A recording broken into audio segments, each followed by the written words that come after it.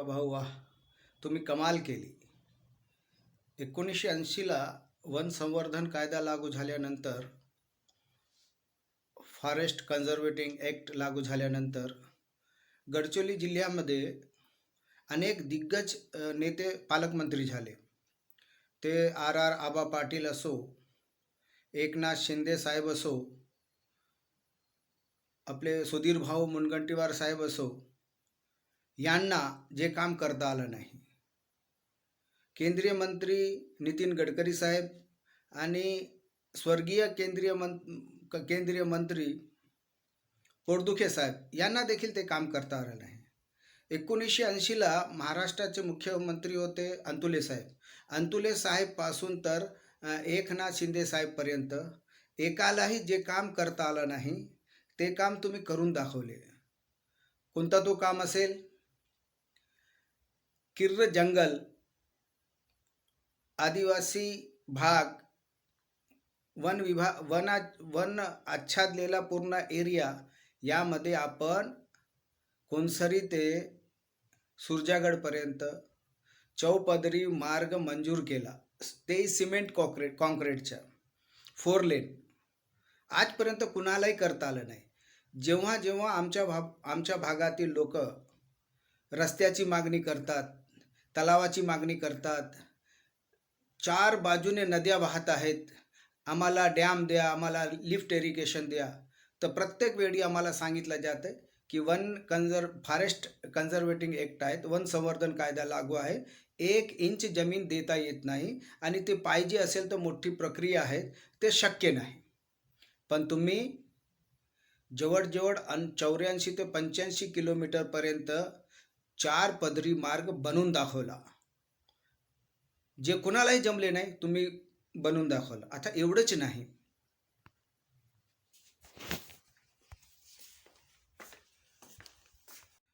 नाही, तर देवाभाऊंनी कोनसरीपासून सुरजागडपर्यंत slurry pipeline टाकलेली आहे.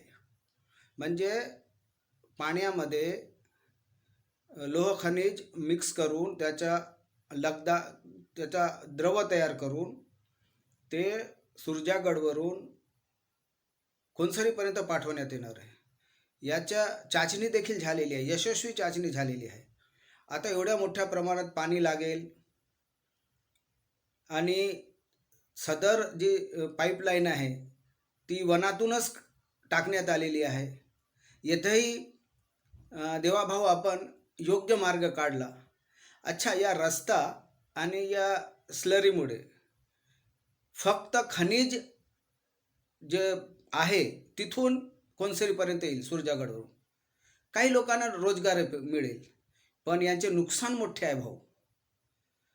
4 पदरी रस्ता म्हणजे अगर समजा आता जे रस्ता आहे त्याच्यावरून बनवले तर अनेकांचे घरं उद्ध्वस्त होतील, दुकानं उद्ध्वस्त होतील, शेती उद्ध्वस्त होईल, वनांची नासाडी तर होईल, हजारो झाडांची कत्तल तर होईलच, पण एवढं नुकसान होईल. आणि समजा एवढं नुकसान करूनही तुम्हाला फायदा वाटत असेल तर देवाभाऊ, मग तुम्ही आमच्या मागणीनुसार गावागावात तलाव बनवून द्या. 12माही नद्या वाहत आहेत आमच्या एरियामध्ये, त्याच्यावर डॅम टाकून द्या. चेन्ना डॅम प्रलंबित आहे. मुलचेरा तालुका हरित क्रांती आणणारा तो प्रकल्प आहे मुलचेरा तालुक्याला. चेन्ना डॅम बनवून द्या. जिथे रस्ते होऊ शकत नाही वन कायद्यामुळे, ते रस्ते बनवून द्या. तर एकीकडे उद्योगाला फायदा आणि दुसरीकडे लोकांना फायदा होईल. विचार करा देवा. हा कोनसरी मुलचेरा सुरजागड नवीन महामार्ग आहे. राज्य शासनाने त्याला मंजुरी दिलेली आहे आणि हा महामार्ग 4 पदरी 4 लेन असणार आहे आणि हा संपूर्ण वनातून जाणार असल्यामुळे पर्यावरणाची सुद्धा मंजुरी घेण्यात आलेली आहे आणि पर्यावरण डिपार्टमेंटने ती मंजुरी दिलेली आहे. हा रस्ता 85.76 म्हणजे जवळपास 86 किलोमीटरचा असणार आहे. याच्यातून लोह खनिजाची सुरक्षित आणि वेगवान वाहतूक करण्याचे उद्देश ठेवलेले आहेत. हा गॅस पाईप आणि या रोडच्या बाजूला गॅस पाईपलाईन ची व्यवस्थासुद्धा ठेवण्यात आलेली आहे. 3 वर्षाचा थाक होणार आहे. याच्यासाठी 1,691.92 कोटी रुपये म्हणजे 1,692 कोटी रुपये लागणार आहेत. हे 3 वर्षात पूर्ण होईल. सुरजागडपासून कोनसरीपर्यंत लोहखनिज वाहून नेण्यासाठी स्लरी पाईपलाईनसुद्धा तयार करण्यात आली आहे. स्लरी पाईपलाईन म्हणजे या पाईपलाईनद्वारे पाण्यातून लोहखनिजाचं मिश्रण तयार करून म्हणजे त्याचे द्रव तयार करून ते पाठवण्यात येते. ते कशा प्रकारे म्हणजे ते बांधण्यात आले हे अशा पद्धतीने ते बांधण्यात येते.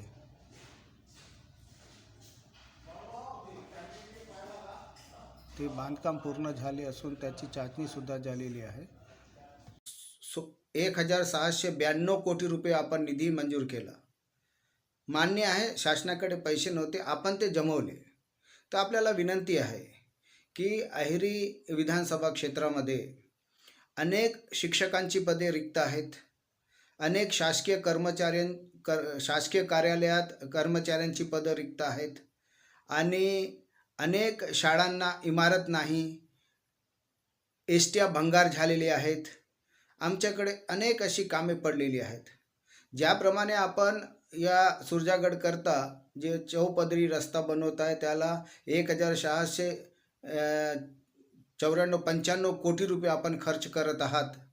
यासाठी जेथून आपण निधी जमवला त्याचप्रमाणे निधी जमवून आमच्या गडचिरोली जिल्ह्यामध्ये डॅम बनवा, सिंचनासाठी तलाव बनवा आणि चेन्ना डॅमचा प्रश्न आहे ते बनवा. जेवढे गडचिरोली जिल्ह्यामध्ये कर्मचाऱ्यांचे पद रिक्त आहेत ते भरा. शिक्षकांची पदे भरा. शाळा इमारत किंवा इतर शासकीय इमारत बनवून द्या. म्हणजे एका बाजूने तुम्ही उद्योगांच्या विकासाकरता काम करत आहात आणि बेरोजगारीसाठी आणि विकासांचे कामसुद्धा करत आहेत असा संदेश जाईल. त्यामुळे आपल्याला कडकडीची विनंती आहे की आपण या मुद्द्यावर विचार